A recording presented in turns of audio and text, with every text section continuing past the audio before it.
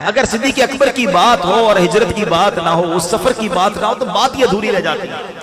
نبی پاک علیہ السلام کو جب ہجرت کا حکم دیا گیا نا، تو صدیق اکبر کے پاس نبی پاک تشریف لائے اور فرمایا ابو بکر مجھے ہجرت کی اجازت مل گئی ہے۔ کہتے حضور کیا میں آپ کا رفیق سفر بن سکتا ہوں؟ نبی پاک نے فرمایا ہاں ابو بکر تم میرے رفیق سفر ہو۔ اب آپ خوشی کے مارے رونے لگے۔ حضرت عائشہ صدیقہ فرماتی میں نے زندگی میں پہلی بار دیکھا کہ کوئی خوشی کے مارے بھی روتا ہے۔ اب یہ سفر شروع ہوا، مگر یہ خوف کا سفر تھا، بتانا نہیں تھا کسی کو۔ رات کو سفر کے لیے گئے، نبی پاک آج کے حساب سے جدہ کی طرف گئے، یعنی ایک ایسا راستہ اختیار کرنا تھا کہ جو دوسروں کو پتہ نہ ہو، نارمل راستہ نہیں تھا۔ اچھا وہاں سے ہوتے ہوئے اس سے پہلے غار ثور میں چلے گئے۔ اب غار ثور جو نہیں گئے ان کو تو نہیں پتا، آج بھی مشکل ہے۔ اب نبی پاک علیہ السلام جب اس غار کی طرف جا رہے ہیں تو صدیق اکبر عرض کرتے ہیں کہ حضور آپ میرے کاندھے پہ تشریف لے آئے۔ یقین کریں آج کے دور میں اکیلے چڑھنا آسان نہیں ہے۔ نبی پاک کو کاندھے پہ سوار کیا کہ کہیں آقا کے قدموں میں کانٹے نہ لگ جائیں۔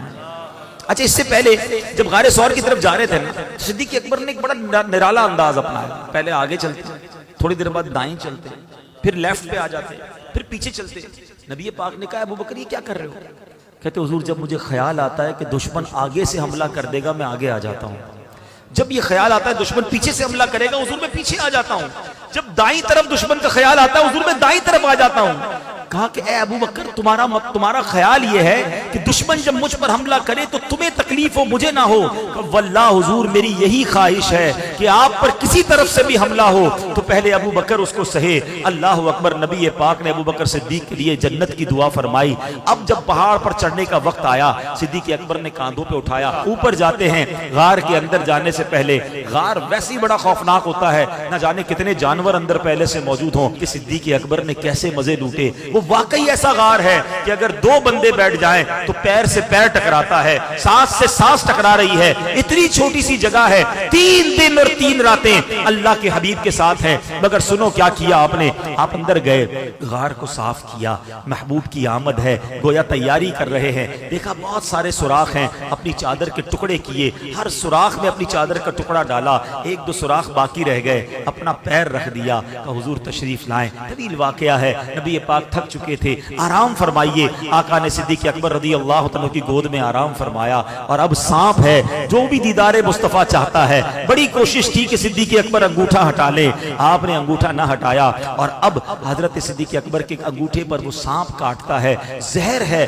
اب سوال یہ ہے صدیق اکبر سے بڑا مفتی کون ہوگا؟ فتویٰ یہ ہے کہ جان بچانا فرض ہے۔ صدیق اکبر نبی پاک کو عرض کر سکتے تھے کہ حضور سانپ نے کاٹ لیا ہے، آپ تھوڑی دیر کے لیے بیدار ہو جائیں تاکہ کچھ علاج کر لیا جائے۔ آپ کے عشق نے گوارا نہ کیا۔ عشق کہتا ہے جان جاتی ہے تو چلی جائے، نبی پاک کے آرام میں خلل نہیں آنا چاہیے۔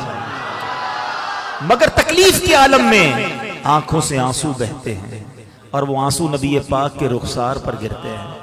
آقا آنکھیں کھولتے ہیں، ابو بکر کس بات پہ رلایا؟ کہ حضور سانپ نے کاٹ لیا ہے۔ اللہ اکبر۔ نبی پاک نے کیا کیا؟ اپنا مبارک لعاب دہن نکالا اور صدیق اکبر کے انگوٹھے پر لگا دیا۔ صدیق اکبر کا وہ زہر کا درد جاتا رہا۔ سبحان اللہ۔ جہاں صدیق اکبر نے جان قربان کی، مقام صحبہ پر مولا علی کی گود میں جب نبی پاک آرام کر رہے تھے، سورج ڈوب رہا ہے، مولا علی سے بڑا عالم کون ہوگا؟ ارے مولا علی کو معلوم تھا نماز پڑھنا فرض ہے، مگر عشق علی نے گوارا نہ کیا۔ نماز جاتی ہے تو جائے، محبوب کے آرام میں خلل نہیں پڑنا چاہیے۔ پیارے آقا کی آنکھ کھلی، چہرہ افسردہ ہے۔ اے علی کیوں افسردہ ہو؟ عرض کرتے حضور جب سے ایمان لایا ہوں علی کی کوئی نماز قضا نہیں ہوئی۔ حضور آج سورج ڈوب گیا ہے، عصر قضا ہو گئی ہے۔ اللہ کے حبیب نے ہاتھ اٹھائے، ہاتھ کیا اٹھنے تھے، سورج کو واپس پلٹا دیا۔ پھر عصر کا وقت آتا ہے، پھر مولا علی نماز پڑھتے ہیں۔ یہ 2 عظیم واقعات ہیں، 2 سب سے بڑے ہم کہہ سکتے مفتیوں کے واقعات ہیں۔ اعلیٰ حضرت کا قلم کیسے خاموش رہ سکتا ہے؟ اعلیٰ حضرت سے سوال ہوا کہ حضور ذرا یہ بتائیے، جان بچانا فرض، کتابوں میں تو یہ لکھا ہے، نماز پڑھنا فرض، سب سے اولین فرض۔ یہ دونوں نے کیا کیا؟ ایک نے جان خطرے میں ڈال دی، ایک نے نماز جانے دی۔ اچھا یہاں ان لوگوں کے لیے بھی جواب ہے جو کہتے بتاؤ کدھر لکھا ہے؟ ہاں حوالہ پیش کرو۔ او اللہ کے بندو، عشق کی باتیں دلوں میں لکھی جاتی ہیں،